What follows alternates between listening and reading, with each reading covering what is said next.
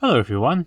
About a year ago, or something like that, probably more than years ago, I built the Sprukit level 2 Gabriel Thorn from Halo.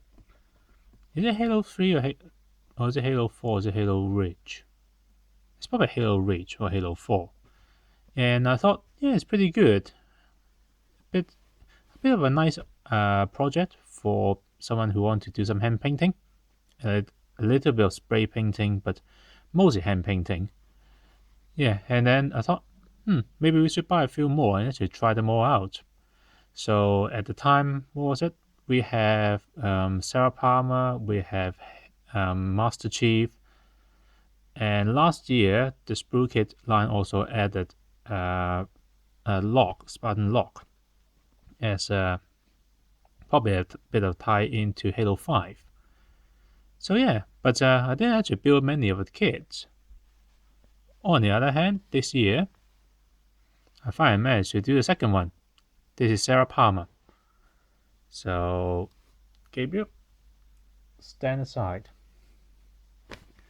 So let's talk about Sarah Palmer here.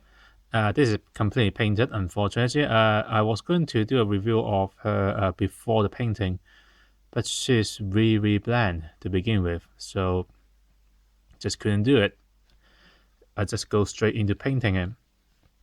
Painting her, I mean. Well, technically it's it.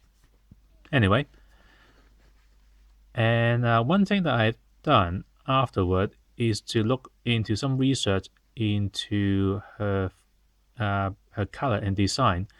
I did the same thing for Gabriel, but when I did Gabriel, the only real image I could find of Gabriel Thorn was some of the cutscene renders of his character.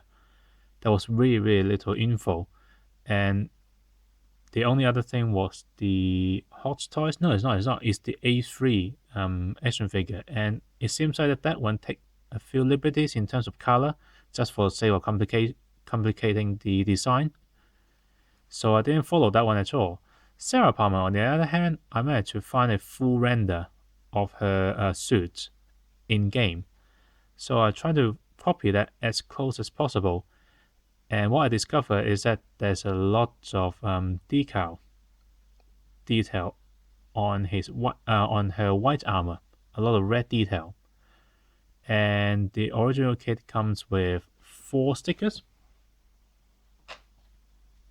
There you go. Four. Oh, no, give them credit. There's seven. There's one, two, three, four, five, six, seven. There's 7 stickers here. 1, 2, 3, 4, 5, 6, 7, 8 stickers. Yeah, they're rubbish. So I managed to find a render. I managed to find some pretty good high res detail picture of her suit. So I put them all onto PinkShop Pro, sketch all of the detail out, and print them onto decal paper and stick them on.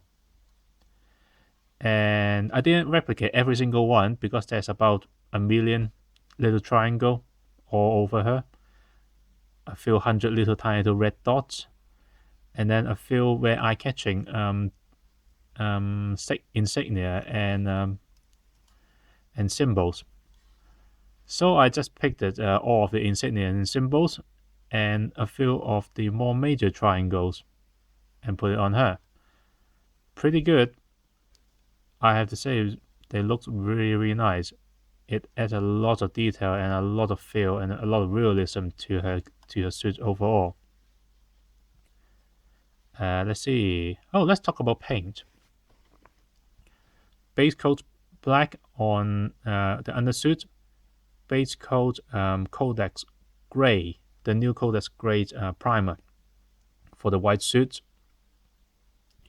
A mix of the gray and the skull white and spray onto the armor. Slowly graduated into white as I go.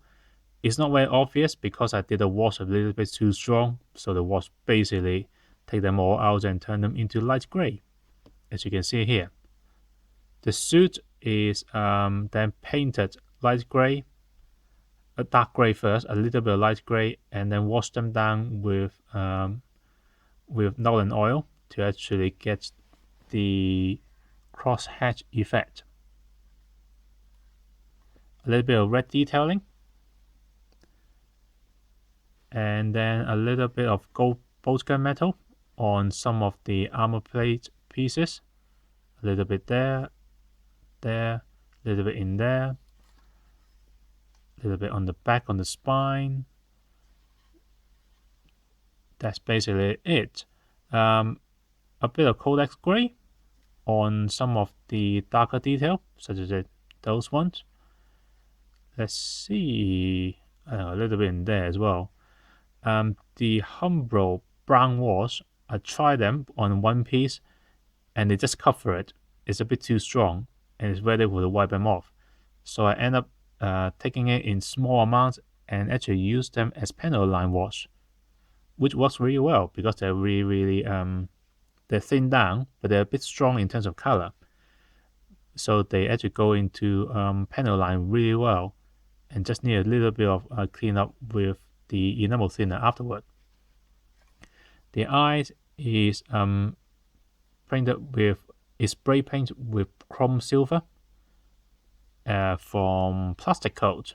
Believe it or not, plastic coat paint actually works for once. And then airbrush no, it's not the airbrush, and then paint on the Tamiya clear metallic blue, but I deliberately not mix the metallic blue and just take the clear blue that's saturated on the top. Take a little bit of that, take a bit of thinner, paint the two coats onto the eye. So that is essentially a clear blue on top of a chrome silver. Looks pretty well. The whole thing is then decal. A little bit of a small amount of weathering with a gray on some of the edges, very small amount, so little it's not worth mentioning anymore. A little bit of silver for the gun, because I discovered that the gun actually has a lot of silver on it instead of just metallic gray and gunmetal. And then the whole kit is sprayed with Purity Seal, which is a semi-gloss mostly matte varnish. And here we are. A little bit of red detail, but yeah, I mentioned that already. So that's paint. Oh, that's long.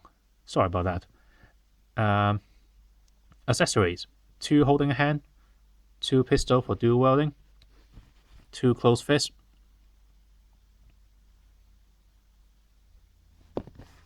and 1 open hand, just like Gabriel Thorn. Just different detailing, a little bit more detail, a bit of those little things on all the fingers.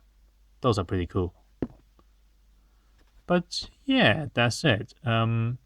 Articulation is the same as Gabriel, and aesthetic-wise, I think Sarah here is actually molded a lot better.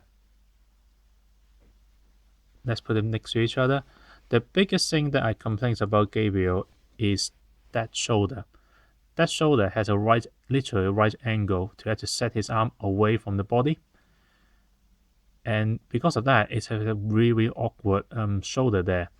In fact, this is slightly modified. I actually cut a little bit of the plastic underneath the tip of the bicep armor, so that the bicep armor can actually shift upward to actually hide that gap.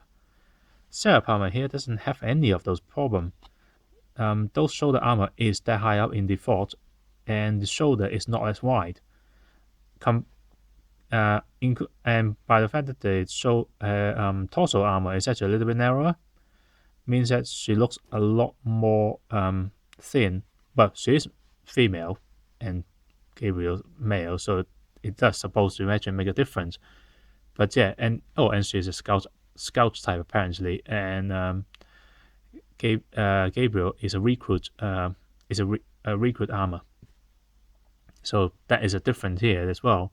But yeah, overall, she's a lot more humanoid, while Gabriel here is only just humanoid because of those modifications, which is very small, but it works.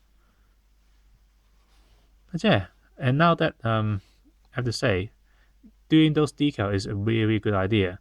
And in fact, I have those decals available as a publisher file or PDF files, which if anyone's interested, I can put them in the link description down below. If anyone's interested, let me know. Just print them onto laserjet printer in red onto clear laserjet decal, or print it onto inkjet. But remember that you put seal on top. Well, you guys probably used decal before, so you know the drill. Do the procedure that works with your type of decal and printer. But yeah, print them on clear, print them on red, and it's just miles better with all of those decal on. And I will probably put a small link description to where I found the render image of Sarah as well, so that you can use it as a guide. So this is basically it. I'm not going to do anything about articulation. I would say that both of these kits are really fun little side project. I come back from Christmas, didn't really want to build anything, and I thought I'll do something simple to actually start out with, to actually get myself motivated to actually build model again, and I choose Sarah, and it's a good idea. So yeah, this is basically it. Join me next time for another video.